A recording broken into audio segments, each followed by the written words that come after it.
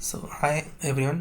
इस वीडियो में मैं आपके साथ दो टॉपिक कवर करूंगा और वो टॉपिक होंगे मैग्नेटिक फ्लक्स और फैराडेज लॉ।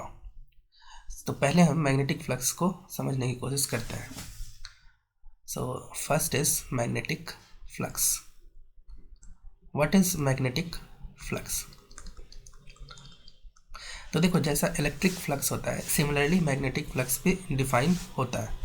देखो, इलेक्ट्रिक फ्लक्स के केस में इलेक्ट्रिक फील्ड लाइन होता है और यहाँ पर मैग्नेटिक फील्ड लाइन होता है। Suppose there are magnetic field lines, इस तरह से मैग्नेटिक फील्ड लाइंस है। अब यहाँ पर एक एरिया ले लो, यहाँ पर एक एरिया और ले लो। तो किसी एरिया से, है ना, किसी एरिया से इसको बोल दो A1।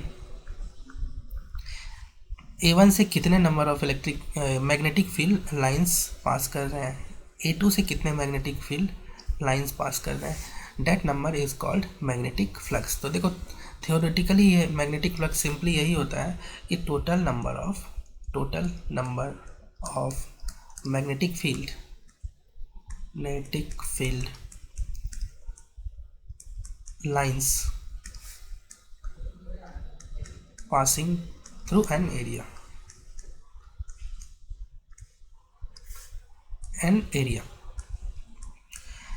इसको हम फाई लेटर से डिनोट करते हैं, फाई से, है ना, फाई से इसको हम डिनोट करते हैं। तो simply number of magnetic field lines count कर लो, जितने A1 से पास कर रहे हैं वो A1 के थ्रू का फ्लक्स हो जाएगा, और जितने उसी तरह से A2 से पास करने वाले सारे लाइंस को काउंट कर लो, वो A2 से फ्लक्स हो जाएगा। ठीक है, तो थियोरेटिकली यही होता है। इसके बाद मेनली जो होता है मैथमेटिकली निकालने के लिए आता है। तो इसकी वैल्यू इस टोटल नंबर ऑफ लाइंस को कैसे निकालेंगे? तो सिंपल है बहुत। इसको निकालने का तरीका है, इसको देखो दो तरह से, दो केस में हम निकालते हैं। पहला केस होता है in uniform magnetic field,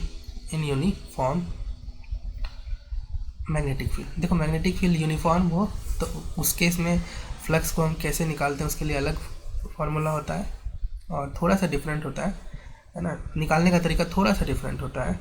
in non uniform magnetic field,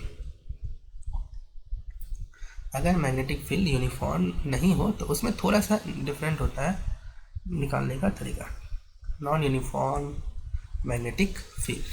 ठीक है, तो सबसे पहले हम यूनिफॉर्म मैग्नेटिक फील्ड के बारे में बात करेंगे क्योंकि अधिकतर क्वेश्चन इसी के ऊपर रहता है। तो देखो, नॉन यूनिफॉर्म मैग्नेटिक फील्ड में मैग्नेटिक फ्लक्स निकालने का तरीका है कि flux equals is defined as vector B dot vector A। Magnetic flux is defined as vector B dot vector A, जिसको डॉट प्रोडक्ट को तुम यहाँ लिखोगे तो क्या हो जाएगा, यहाँ BA cos थीटा। इसको मैं समझाता हूँ अभी। देखो, जैसे मान लो कोई एरिया है, लेट्स से कि दिस इज द एरिया। ठीक है, मान लो कि हॉरिजॉन्टल रिंग है और it is kept in horizontal ring है और कुछ इस तरह से रखा गया है। तो देखो, इसका एक एरिया वेक्टर होता है। एरिया वेक्टर जो होगा वो एरिया के परपेंडिकुलर होगा। ठीक है, क्योंकि हॉरिजॉन्टल रिंग रखा है तुमने, तो area vector will be vertical, इस तरह से। अब मान लो यहाँ मैग्नेटिक फील्ड है ना, मैग्नेटिक फील्ड मान लो कि वर्टिकल से कुछ एंगल पे है। ठीक है, magnetic field is at some angle to the vertical theta. तो इस तरह से, ठीक है, magnetic field there will be, और बहुत सारे लाइंस होंगे, ठीक है, बट मैं बस एक ही यहाँ इंडिकेट कर रहा हूँ कि दिस इज मैग्नेटिक फील्ड, और जो कि एरिया वेक्टर से थीटा एंगल बना रहा है। तो यहाँ पर हम बोलेंगे कि इस एरिया से जो total number of lines pass कर रहे हैं that is flux equals to कितना हो जाएगा, vector B dot vector A। मतलब सिंपली BA cos थीटा निकाल लो तो वो हो जाएगा तुम्हारा magnetic flux through an area. इसके बाद देखो, नॉन यूनिफॉर्म में थोड़ा सा डिफरेंट होता है। नॉन यूनिफॉर्म में हम क्या करते हैं, छोटा एरिया से निकालते हैं flux, vector B dot DA, एक स्मॉल एरिया से हम फ्लक्स निकालते हैं, इसको बोलते हैं टी फाई, और उसके बाद टोटल फ्लक्स जब निकालना हो, टोटल फ्लक्स, तो it will be integration of vector B dot D A. इसमें हम इंटीग्रेट कर देंगे, तो बस इतना ही फ़र्क होता है। तो let us take some examples, जैसे कि कुछ एग्जांपल्स लेते हैं। Theta equals to 0, theta equals to 0 is most common. तो इस केस में ये मतलब है कि देखो ये अगर एरिया है और ये एरिया वेक्टर है, ठीक है, एरिया मान लो कि दिस इज हॉरिजॉन्टल एरिया, और यहाँ पर एरिया वेक्टर क्या हो जाएगा, परपेंडिकुलर, और मान लो वर्टिकली अपवर्ड मैग्नेटिक फील्ड भी इस तरह से है ना, वर्टिकल डायरेक्शन। तो इससे हम बोलेंगे कि लूप, इस लूप से, इस एरिया से जो मैग्नेटिक फ्लक्स होगा, that will be, flux is simply equal to B A cos 0, equal simply B A. मतलब देखो अगर मैग्नेटिक फील्ड एरिया के परपेंडिकुलर हो, ठीक है, मैग्नेटिक फील्ड एरिया के परपेंडिकुलर होगा, तो फिर फ्लक्स बी ए होगा।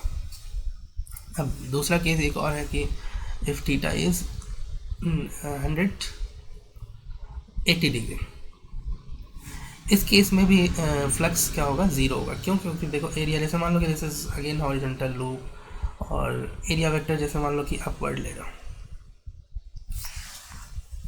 ये तुम्हारे ऊपर है कि एरिया वेक्टर इस लूप का ऊपर लो कि नीचे लो। अगर ऊपर तुमने लिया और मैग्नेटिक फील्ड मान लो कि नीचे, तो यहाँ पर क्या है, दोनों के बीच में एंगल जो है एरिया वेक्टर और मैग्नेटिक फील्ड के बीच में 180 डिग्री है। तो यहाँ पर जो फ्लक्स हो जाएगा, यहाँ पर फ्लक्स इक्वल्स टू हो जाएगा B A cos 180 degree equals to minus B ए।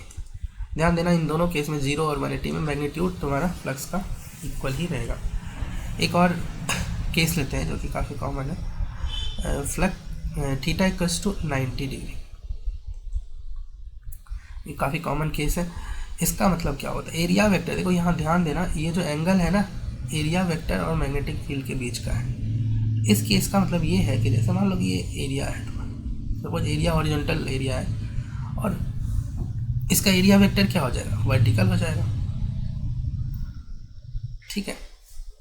अब अगर मान लो कि हॉरिजॉन्टल एरिया में, अगर मान लो कि मैग्नेटिक फील्ड भी हॉरिजॉन्टल ही डायरेक्शन में, लाइक दिस, ठीक है, मैग्नेटिक फील्ड यहाँ एरिया के ही डायरेक्शन में है, तो इस केस में एरिया वेक्टर और मैग्नेटिक फील्ड के बीच में क्या हो जाएगा, 90 डिग्री का एंगल बन जाएगा, ठीक है।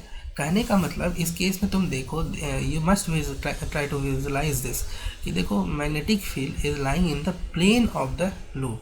अगर ऐसा केस हो तो देखो यहाँ actually magnetic field lines cross नहीं कर रहे हैं इस लूप में। अगर प्लेन में ही मैग्नेटिक फील्ड भी है ना, जिस प्लेन में लूप है उसी प्लेन के पैरेलल मैग्नेटिक फील्ड लाइंस है, तो वो क्रॉस कैसे करेगा, ठीक है। They are parallel, two parallel things can not cross, है ना। तो इस केस में देखो, और फ्लक्स होने के लिए क्या होना चाहिए, एक पार से दूसरे पार होना ज़रूरी है। जैसे तुमको मैंने बताया था, यहाँ पर देखो मैग्नेटिक फील्ड लाइंस एक इस एरिया को चीर के एक पार से दूसरे पार हो रहा है, लेकिन यहाँ पर पैरेलल के केस में जब मैग्नेटिक फील्ड लाइंस एरिया के पैरेलल होगा तो फिर उस केस में मैग्नेटिक फ्लक्स 0 होगा, क्योंकि तुम देख लो मैथमेटिकली भी ये चीज़ शो हो रहा है, क्योंकि phi equals to B A cos 90 equals to कितना हो जाएगा, B A cos 90 0, that is 0 flux, कोई भी फ्लक्स नहीं होगा।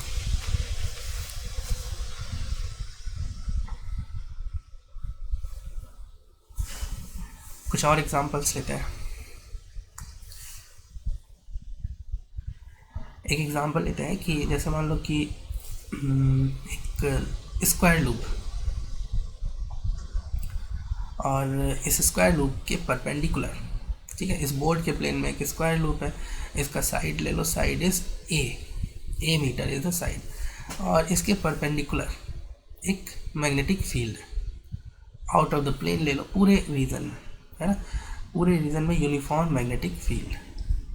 मतलब ये स्क्वायर लूप जो है it is lying inside a perpendicular magnetic field, और इसका कुछ वैल्यू ले लो, इस मैग्नेटिक फील्ड का वैल्यू इज बी, ठीक है, B is the magnitude of magnetic field है। तो यहाँ जो है इस केस में, ठीक है, फ्लक्स इक्वल्स टू हो जाएगा simply B into area of the loop. Area of the loop कितना हो जाएगा, तो स्क्वायर का एरिया होता है बी इंटू ए स्क्वायर हो जाएगा। यहाँ अगर सर्कुलर लूप होता तो phi equals to B into pi R square हो जाता। तो आगे बढ़ते हैं। अब ये बताओ, जैसे मान लो कि एक लूप है,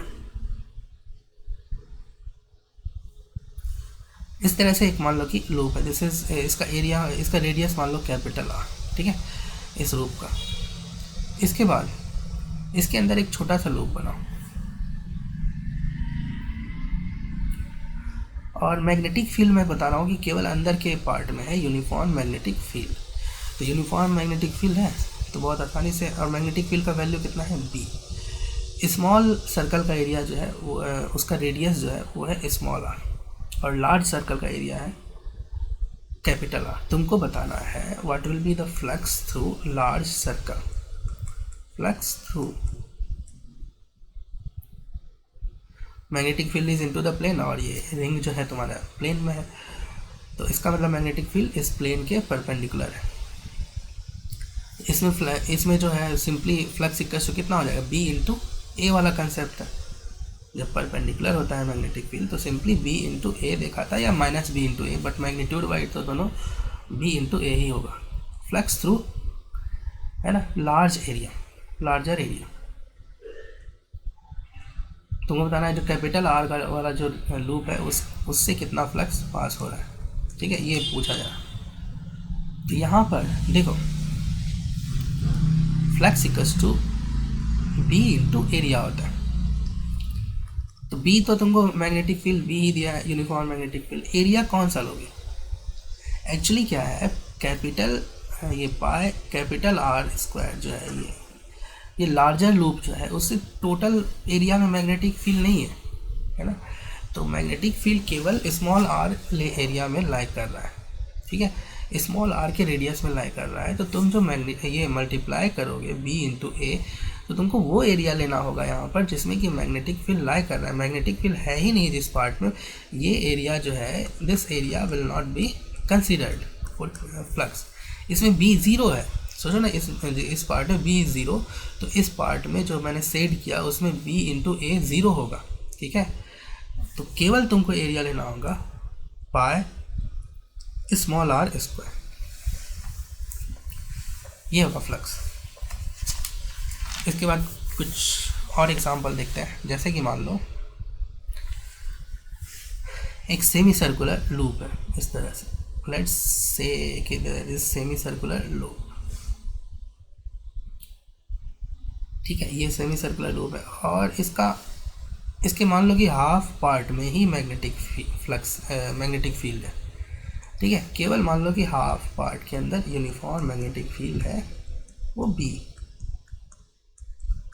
अब तुमको बताना है कि टोटल लूप से फ्लक्स कितना होगा। इसका रेडियस मान लो आर है, capital are is the radius, और ये यूनिफॉर्म मैग्नेटिक फील्ड बी है।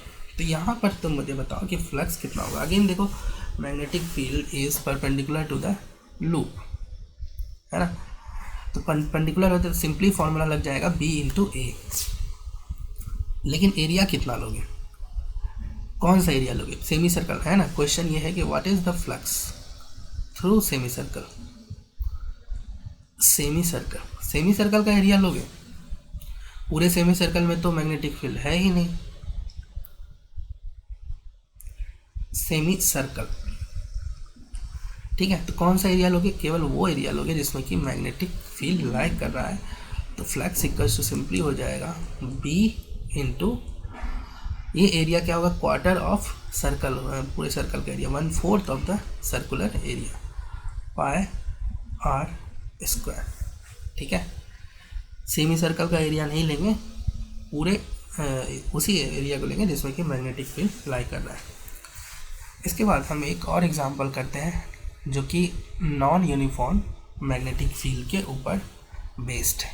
अगर किसी लूप से मैग्नेटिक फील्ड यूनिफॉर्म नहीं है तो उस केस में हम कैसे करेंगे। सेकंड वाला जो केस मैंने बताया था उसके ऊपर एक एग्जांपल देखते हैं। आप जैसे मान लो कि एक इनफाइनेटली लॉन्ग वायर है और इससे करंट पास कर रहा है आई, ठीक है। इसके साइड में एक square loop, there is a square,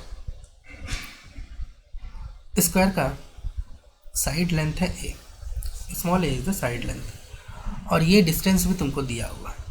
मान लो कि ये डिस्टेंस तुमको दिया है, this is also equal to A. तुमको बताना है कि what will be the flux through square.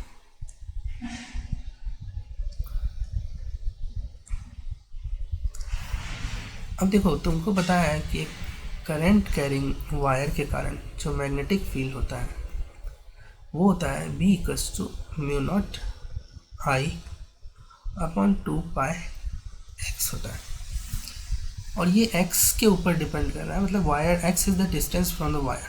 तो वायर से जो डिस्टेंस है स्क्वायर का ही मान लो, वो चेंज कर रहा है पूरे स्क्वायर में। जैसे मान लो दिस इज x, वायर से डिस्टेंस x, तो ये तो चेंज करेगा पूरे स्क्वायर में। तो इसके कारण इस पूरे स्क्वायर के अंदर मैग्नेटिक फील्ड चेंज कर रहा है ना, it is not constant everywhere in the square. पूरे स्क्वायर में x की वैल्यू तो चेंज करेगी ना, इसलिए मैग्नेटिक, इससे मतलब है कि it is non uniform magnetic field. इस केस में हम क्या करेंगे, एक DA लेंगे, ठीक है, एक स्मॉल एरिया लेंगे। स्मॉल एरिया में ले रहा हूँ, देखो x के पास हम एक स्ट्रिप लेंगे, स्मॉल स्ट्रिप, ठीक है। इसका विड्थ जो होगा वो होगा dx, ये जो लेंथ होगा ये कितना होगा dx, है ना। x के आगे ये जो होता है पार्ट, इसको हम dx लेंगे, ठीक है। कहने का मतलब इस स्ट्रिप को मैं बना रहा हूँ, ये स्ट्रिप जो है तुम्हारा, इसका विड्थ कितना है dx, और इसका साइड ये कितना है, इसका लेंथ जो है दिस इज x, ठीक है। तो इसका एरिया DA इक्वल्स टू कितना हो जाएगा, ये sorry a, this is a, तो DA इक्वल्स टू कितना होगा, a इंटू dx, ठीक है। तो अब हम लिखेंगे b इंटू DA। b कितना है यहाँ पर, x डिस्टेंस पर mu naught I upon 2πx into DA लिख लो a इंटू dx। मैंने b इंटू DA सिंपली इसलिए किया क्योंकि देखो यहाँ पर मैग्नेटिक फील्ड जो है ना, तुम अगर right hand thumb rule use करोगे तो सिंपली परपेंडिकुलर होगा इस स्ट्रिप पर, तो उस केस में b इंटू DA लिखना होगा फ्लक्स, ठीक है। अब ये होगा तुम्हारा d फाई। अब हमें क्या चाहिए, टोटल फ्लक्स। टोटल फ्लक्स के लिए तुमको क्या करना है, इसको इंटीग्रेट कर देना है, mu not I bye 2πx, और ये a और ये dx। देखो यहाँ पर इंटीग्रेट करना बहुत ये टफ नहीं है। इंटीग्रेशन का जो लिमिट लगेगा, ये जो लूप स्टार्ट हुआ है, लोअर लिमिट होगा a, और देखो फाइनल लेंथ जो है, फाइनल साइड स्क्वायर का कितने डिस्टेंस पर है, a प्लस a, ये भी तो a होगा, तो a और a 2a, तो फाइनल लिमिट लेना होगा तुमको 2a, ठीक है। इसको इंटीग्रेट करो, इसमें बाहर लाओ mu not I a upon 2π को बाहर ले आओ, उसके बाद इंटीग्रेशन बच जाएगा dx बाय x का, और ये हो जाएगा mu not I a upon 2π, और इंटीग्रेशन हो जाता है ln x। लिमिट रख दो, a से 2a will be the limit, ठीक है। तो इसको रखो mu not I a upon 2π, और ln एक बार a से 2a रखना है limit, ln 2a minus ln a, log a minus log b तुमको पता है कि इक्वल टू कितना होता है, log a बाय b। तो ये हो जाएगा mu not I a upon 2π log 2a by a, और यहाँ से a कैंसिल हो जाएगा, तुम्हारा बचेगा log 2, तो ये हो जाएगा mu not I a upon 2π log 2। अब हम लोग फेराडेज लॉ के बारे में बात कर सकते हैं, तो let's talk about Faraday's law. Faraday's law of electromagnetic induction. Faraday ने कई सारे एक्सपेरिमेंट किए थे, उसके बेसिस पर ये लॉ दिया था। तो let's write the statement of the Faraday's law. जो फैराडे ने ये बताया था कि जब भी किसी कॉइल से मैग्नेटिक फ्लक्स चेंज करेगा तो उसमें ईएमएफ इंड्यूस होना ही है, उसमें ईएमएफ इंड्यूस हो जाएगा। मान लो कि एक कॉइल है, सपोज दिस इज कॉइल, है ना। अगर इसमें मैग्नेटिक फ्लक्स की वैल्यू चेंज कर दो, इससे लेट्स से कि इससे कुछ मैग्नेटिक फील्ड पास कर रहा है, मैग्नेटिक फील्ड लाइंस, है ना। मैग्नेटिक फील्ड में ये कॉइल है, और मान लो कि मैग्नेटिक फ्लक्स, मैग्नेटिक फील्ड है तो एरिया है, तो मैग्नेटिक फ्लक्स डिफाइन कर सकते हो ना, फाई कस टू होगा बी ए कॉस थीटा। मान लो ये क्वांटिटी चेंज कर रहा है किसी भी तरह से, चाहे बी चेंज कर रहा हो, चाहे ए चेंज कर रहा हो, या थीटा चेंज कर रहा हो। मान लो कि ये क्वांटिटी चेंज कर रहा हो, तो फ्लक्स अगर किसी लूप से चेंज होएगा तो फिर उसमें ईएमएफ इंड्यूस हो जाएगा, ईएमएफ अपीयर हो जाएगा उस लूप से। यही स्टेटमेंट था फैराडेज लॉ का। Let's write this statement. When magnetic flux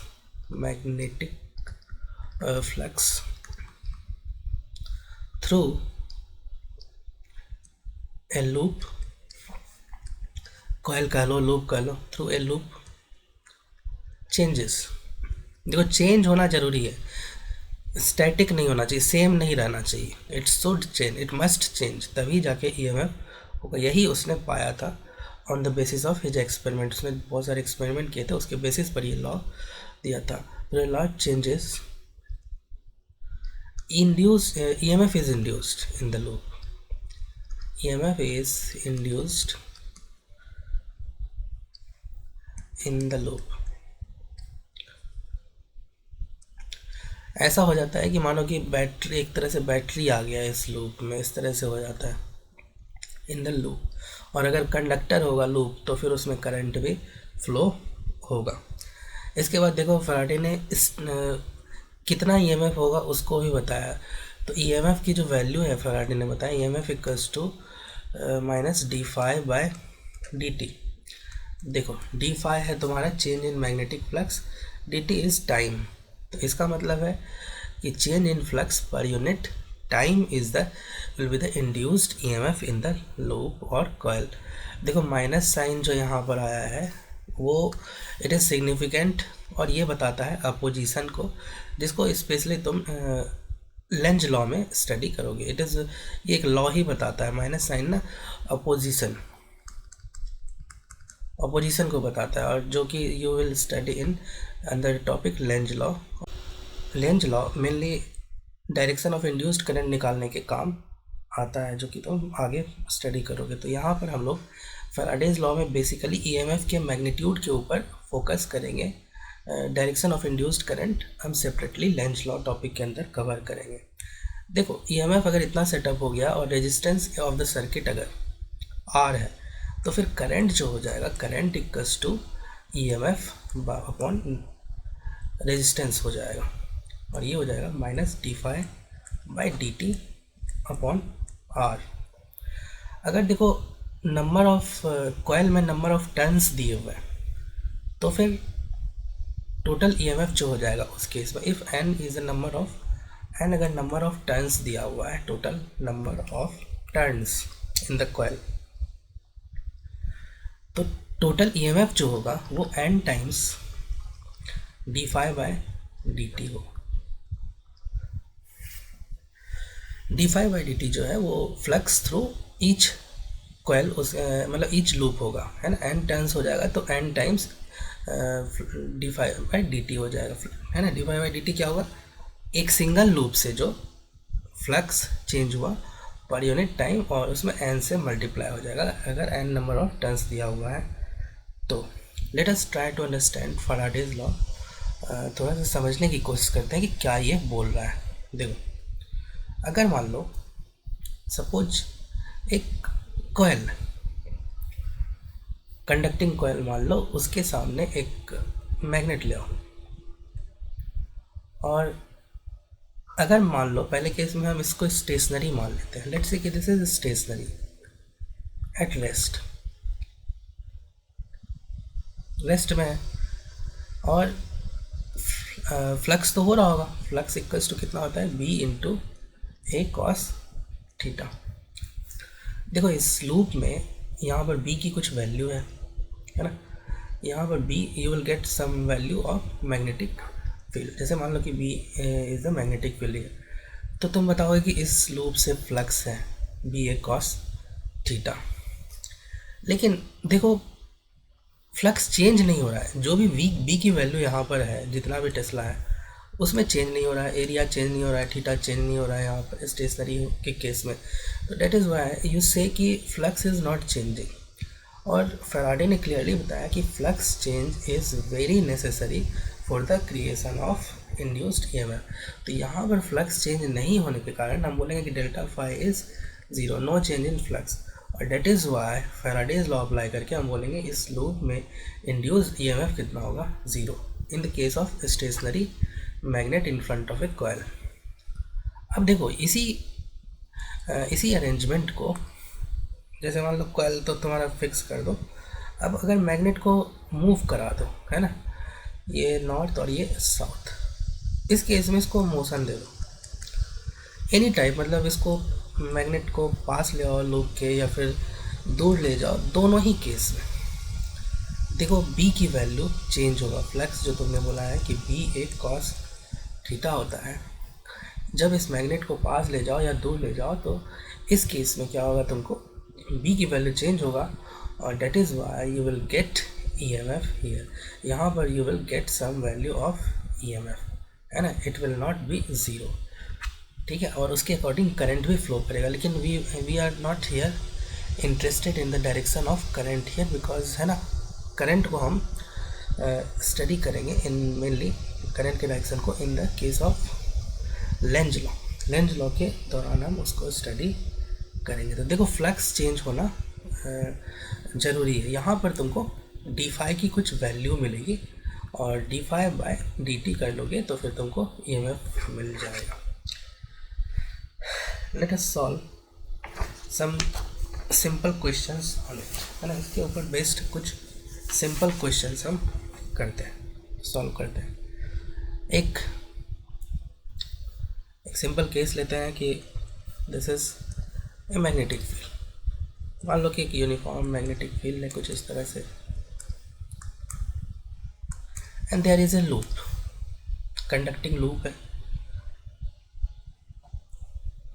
square loop, this is a square loop. तो this is square of side length is 1 metre. एक और चीज़ दिया है कि ये जो मैग्नेटिक फील्ड है जो कि इनटू द प्लेन है वो इंक्रीज कर रहा है डी बाय डी टी, है ना, D by D T is equals to 0.1 tesla per second, इतने से इंक्रीज कर रहा है। तो तुमको बताना है कि इस स्क्वायर लूप में कितना ईएमएफ होगा। ईएमएफ आपसे पूछा गया है ना, बस मैग्नीट्यूड बता दो ईएमएफ का वैल्यू कितना होगा। तो लेट्स सॉल्व दिस प्रॉब्लम। अच्छा, ईएमएफ इक्वल्स टू क्या होगा, डी फाई बाय, केवल मैग्नीट्यूड की मैं बात कर रहा हूँ, डी टी, ठीक है। Minus sign direction of current के लिए तो उसको मैं यहाँ पर इग्नोर कर रहा हूँ। तो D phi by D T है, तो फाई को क्या लिख सकते हो, बी ए। अब ये बताओ कि कांस्टेंट क्या है, बी और ए में क्या चीज़ चेंज नहीं कर रहा है, तो एरिया चेंज नहीं कर रहा है, एरिया को बाहर निकाल लो, तो ऐसा लिख सकते हो D B by D T, ठीक है। एरिया कितना लिखोगे, इसका जो एरिया होगा स्क्वायर है, स्क्वायर का एरिया साइड स्क्वायर तो 1 स्क्वायर हो जाएगा into D B by D T equals to कितना है तुम्हारा, D B by D T is 0.1। तो इसकी वैल्यू कितना होगा, ईएमएफ जो होगा, ईएमएफ इक्वल्स टू हो जाएगा तुम्हारा 0.1 वोल्ट। और अगर मान लो कि इसका रेजिस्टेंस दिया है, लेट्स से कि रेजिस्टेंस इज 2 ओम, तो फिर तुम करंट भी बता सकते हो। करंट इक्वल्स टू कितना हो जाएगा, I equals to EMF divided by resistance, 0.1 divided by 2, और इसको सॉल्व करोगे तो ये आ जाएगा तुम्हारा 0.05 एम्पियर। तो लेट्स सॉल्व अनदर, एक दो और सिंपल एग्जांपल लेते हैं।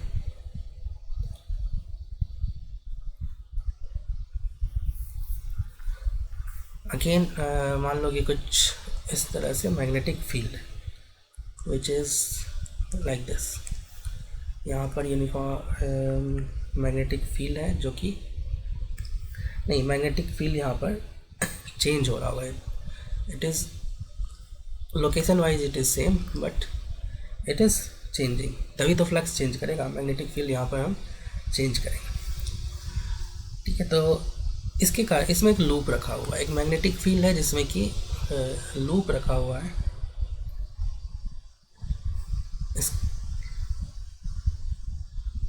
और तुमको डायरेक्टली दिया हुआ है कि देखो फाई जो है इससे चेंज कर रहा है, फाई चेंज कर रहा होगा due to some reason because magnet में भी magnetic field is changing. Directly phi की वैल्यू दी है, इट इज़ गिवन कि it is T square minus 10t plus 10।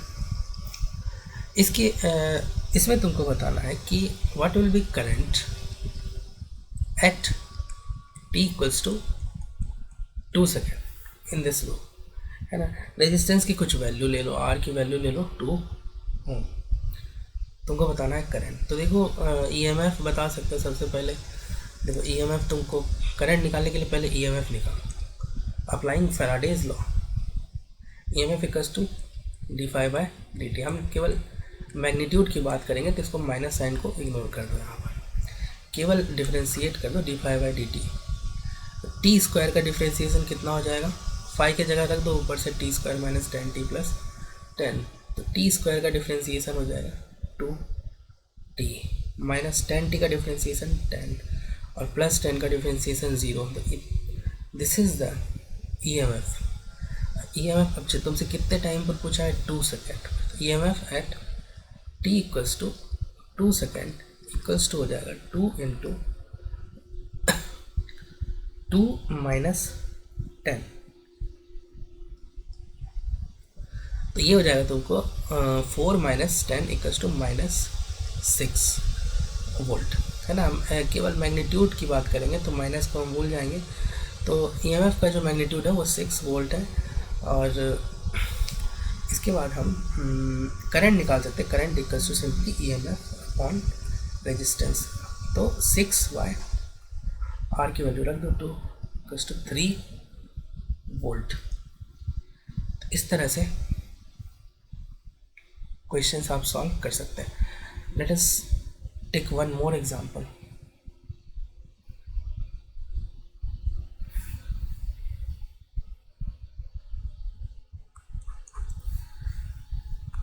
यहाँ पर मैग्नेटिक फील्ड गिवन है तुमको, और इसके अंदर एक स्क्वायर लूप है, there is a square loop. इस स्क्वायर का साइड है square of 1 metre side is given. Magnetic field दिया है equals to 0.5 tesla. Magnetic field here is uniform, उसका वो चेंज नहीं हो रहा है, कांस्टेंट है। तुमको निकालना है कि ईएमएफ, क्वेश्चन में ये दिया गया कि लूप रिमूव किया जाता है ना, लूप इज रिमूव्ड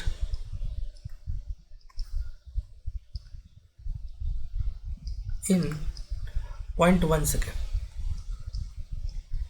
तो तुमको बताना है कि what will be the EMF, EMF कितना होगा। तो इस लूप को ना, इसको इधर से खींच के, इसको फोर्स लगा के खींच के इसको ना बाहर कर दिया जाता है, इस लूप को यहाँ ले आया जाता है बाहर, ठीक है, मैग्नेटिक फील्ड रीजन के बाहर। तो तुमको बताना है कि कितना ईएमएफ इसमें आएगा, ठीक है। तो ईएमएफ के लिए जो फॉर्मूला है तुम्हारे पास वो क्या है, EMF equals to D phi by D T, ठीक है। यहाँ पर देखो डायरेक्ट टाइम दिया है, टोटल टाइम दिया है, तो यहाँ पर actually this is average EMF, average EMF. तो D phi by D t को तुम चाहो तो delta phi by delta t भी लिख सकते हो। इसकी वैल्यू निकाल लो, phi two minus phi one, है ना, या फिर phi f minus phi i, final flux minus initial flux by total time. देखो यहाँ पर लूप के परपेंडिकुलर है मैग्नेटिक फील्ड, तो फ्लक्स जो होता है इस केस में जब भी मैग्नेटिक फील्ड लूप के परपेंडिकुलर होता है simply flux equals to B A हो जाता है। देखो फाइनली तो बाहर आ गया है लूप, तो फिर मैग्नेटिक फील्ड जीरो है, तो फाइनल फ्लक्स जो होगा φ2 की वैल्यू मैं लिख रहा हूँ जीरो माइनस इनिशियल फ्लक्स जो था तुम्हारा, इनिशियल फ्लक्स कितना होगा, तो सिंपली बी इंटू ए हो जाएगा तुम्हारा, है ना। और बी इज़ 0.5 टेस्ला दिया है बी, और एरिया कितना हो जाएगा, तो 1² सिंपली ये हो गया डी फाई डेल्टा फाई ऊपर में है ना, न्यूमरेटर में टाइम से डिवाइड करो, टाइम इज़ 0.1 सेकेंड, तो ये हो जाएगा तुम्हारा पॉइंट कैंसिल हो जाएगा, और ये बचेगा तुम्हारा 5 वोल्ट का ईएमएफ डेवलप होगा इस लूप के अंदर। कुछ और एग्जांपल देखते हैं इसमें। एक infinitely long current carrying wire है और current here is constant, this is constant, कुछ वैल्यू ले लेते हैं I इक्वल्स टू 5 एम्पियर, इसमें करंट फ्लो कर रहा है, इनफाइनाइटली लॉन्ग वायर है, इसके बगल में एक लूप है स्क्वायर लूप, वो इस वायर के पैरेलल ही मूव कर रहा है, थोड़ा देर के बाद यहाँ से यहाँ चला जाएगा, इस वायर के पैरेलल मूव कर रहा है। तो अब तुमको ये बताना है कि क्या इसमें कुछ इंड्यूस्ड ईएमएफ होगा या नहीं होगा। देखो फैराडे क्या बोलता है कि इंड्यूस्ड ईएमएफ इक्वल्स टू होता है d∅dt, फ्लक्स में चेंज होना चाहिए अगर ईएमएफ होना है तो तुम ये देखो फ्लक्स इक्वल्स टू क्या होता है BA cos थीटा, यहाँ पर B जो है इस लूप में, ये जो स्क्वायर लूप है इसमें जो B है उसका कारण क्या है, ये इनफाइनाइटली लॉन्ग वायर, और B की वैल्यू क्या होती है μ0 I/2 पाई x डिस्टेंस पर, तो ये x तो चेंज नहीं कर रहा है, पैरेलल टू द वायर अगर मूव कर रहा है तो ये x तो चेंज नहीं कर रहा है, इसका मतलब B इज़ कांस्टेंट, ये फिक्स है कांस्टेंट है, A इज़ कांस्टेंट है ना, cos थीटा भी यहाँ पर फिक्स है। तो अगर देखोगे तो इसका मैग्नेटिक फील्ड जो है it is perpendicular to the plane of the ये लूप है ना, इस स्क्वायर के परपेंडिकुलर, अगर right hand thumb rule use करो तो ईजिली तुम बता सकते हो कि magnetic field will be perpendicular. तो थीटा भी फिक्स है, ए फिक्स है, बी फिक्स है, तो इसका मतलब है कि फ्लक्स इज कांस्टेंट, और अगर फ्लक्स कांस्टेंट है तो इंड्यूस्ड ईएमएफ कितना हो जाएगा जीरो, इसमें कोई भी ईएमएफ जनरेट नहीं होगा इस लूप में। एक तो और एग्जांपल देखते हैं,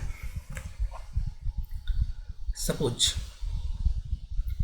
there is an infinitely long wire, एक इनफाइनाइटली लॉन्ग वायर है और इसमें करंट फ्लो कर रहा है, ये करंट इंक्रीजिंग है, करंट यहाँ पर इंक्रीजिंग है। अब यहाँ पर मैं एक लूप ले रहा हूँ या एक रिंग ले लो, लेट्स से कि this is ring, metallic ring है ना, और यहाँ पर देख सकते हो, एक तरह से मान सकते हो कि ये वायर जो है, ये करंट कैरिंग स्ट्रेट वायर जो है इस रिंग के एक्सिस के अलॉन्ग है ना, ऐसा मान सकते हो। कहने का मतलब wire is perpendicular to the plane of this ring. तुमको बताना है कि क्या इसमें ईएमएफ इंड्यूस होगा या नहीं होगा, ये चीज़ बताना है, ईएमएफ होगा या नहीं होगा। यहाँ पर करंट इज़ इंक्रीजिंग, करंट जो है 1 ampere 2 ampere 3 ampere 4 ampere increase कर रहा है, तो क्या यहाँ पर इस लूप में, इस रिंग में कुछ ईएमएफ होगा। चलो बताओ, इस वायर के कारण, करंट कैरिंग स्ट्रेट वायर के कारण मैग्नेटिक फील्ड जो होता है वो क्या होता है, सर्कुलर होता है ना, और वो इस रिंग के पैरेलल होगा ना, तो मैग्नेटिक फील्ड वायर के कारण, स्ट्रेट वायर के कारण कैसे निकालते हो, राइट हैंड थंब रूल से निकालते हो, एक सर्कुलर रिंग्स ही तो बनाता है। स्ट्रेट वायर के कारण मैग्नेटिक फील्ड का शेप क्या होता है, सर्कुलर रिंग्स होता है, तो they will be in the plane of, इसके कारण जो मैग्नेटिक फील्ड होगा वो और रिंग दोनों सेम ही प्लेन में होंगे, पैरेलल होंगे, magnetic field will be parallel to the plane of the ring, ring के प्लेन के पैरेलल होगा। इसका मतलब है एरिया वेक्टर जो होगा, एरिया वेक्टर तो इस करंट के डायरेक्शन में होगा। इस लूप का, ये जो रिंग है इसका एरिया वेक्टर, जैसे लूप को मान लो हॉरिजॉन्टल रखा हुआ है और ये वायर जो है वर्टिकल, यही केस है ना। तो एरिया वेक्टर किस डायरेक्शन में होगा, एरिया वेक्टर तो वर्टिकल डायरेक्शन में होगा, in the direction of current, ये एरिया वेक्टर का डायरेक्शन होगा। और तुम बोल रहे हो कि magnetic field is parallel to the plane of the ring के प्लेन में, इसका मतलब मैग्नेटिक फील्ड और एरिया वेक्टर के बीच में एंगल जो हो गया थीटा इक्वल्स टू 90 डिग्री। तो 90 डिग्री है, तो इसका मतलब फ्लक्स की वैल्यू बताओ कितना होगा, flux equals to B A cos 90 degree. Flux zero है, करंट बढ़ाते रहो, कितना भी करंट बढ़ेगा लेकिन कोई भी फ्लक्स इस लूप से नहीं होगा, flux is not changing, flux zero का जीरो ही है। और that is why E M F equals to D phi by D t, flux में कोई चेंज नहीं हो रहा है, ये ज़ीरो का ज़ीरो ही है, डी फाई की वैल्यू हो जाएगी zero, induced E M F will be zero. कुछ और प्रॉब्लम सॉल्व करते हैं। For example, this is magnetic field into the plane, magnetic field here is uniform और इसकी वैल्यू दी हुई है कि B इज़ 0.5 टेस्ला तुमको दिया हुआ है। देयर इज अ कॉइल, इस कॉइल का एरिया दिया हुआ है, area equals to 1 metre square. इसको ना 180 डिग्री से रोटेट कर दिया जाता है, 180 डिग्री से इसको रोटेट कर दिया जाता है, 180 degree.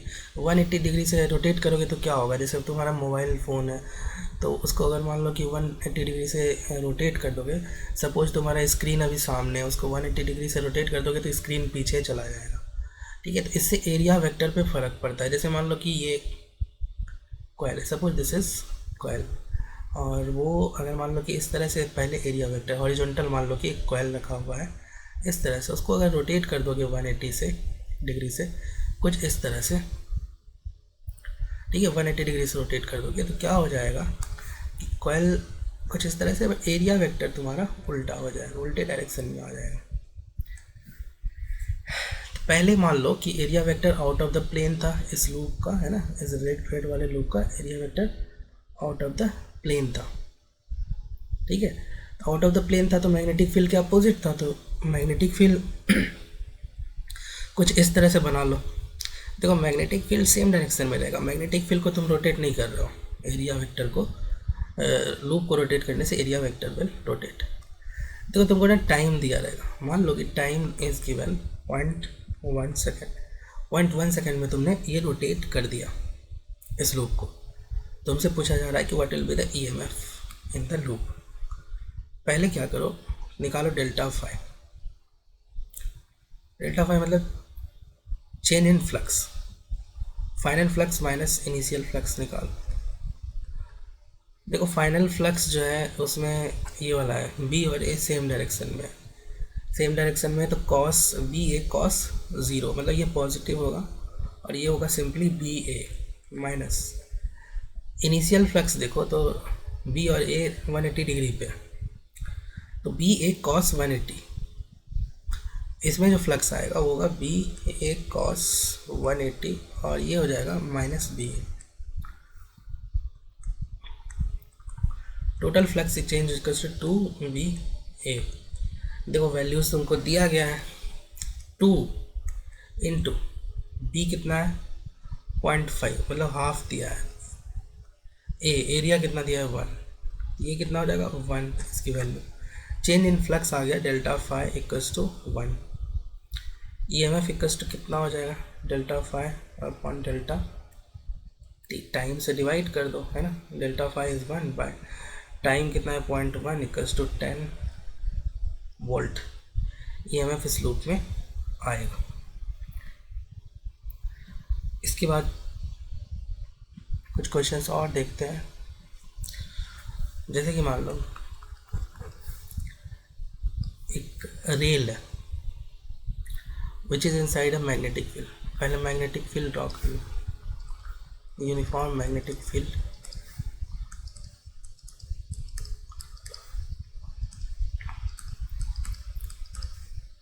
Is uniform magnetic field. इसमें एक रेल है लाइक दिस,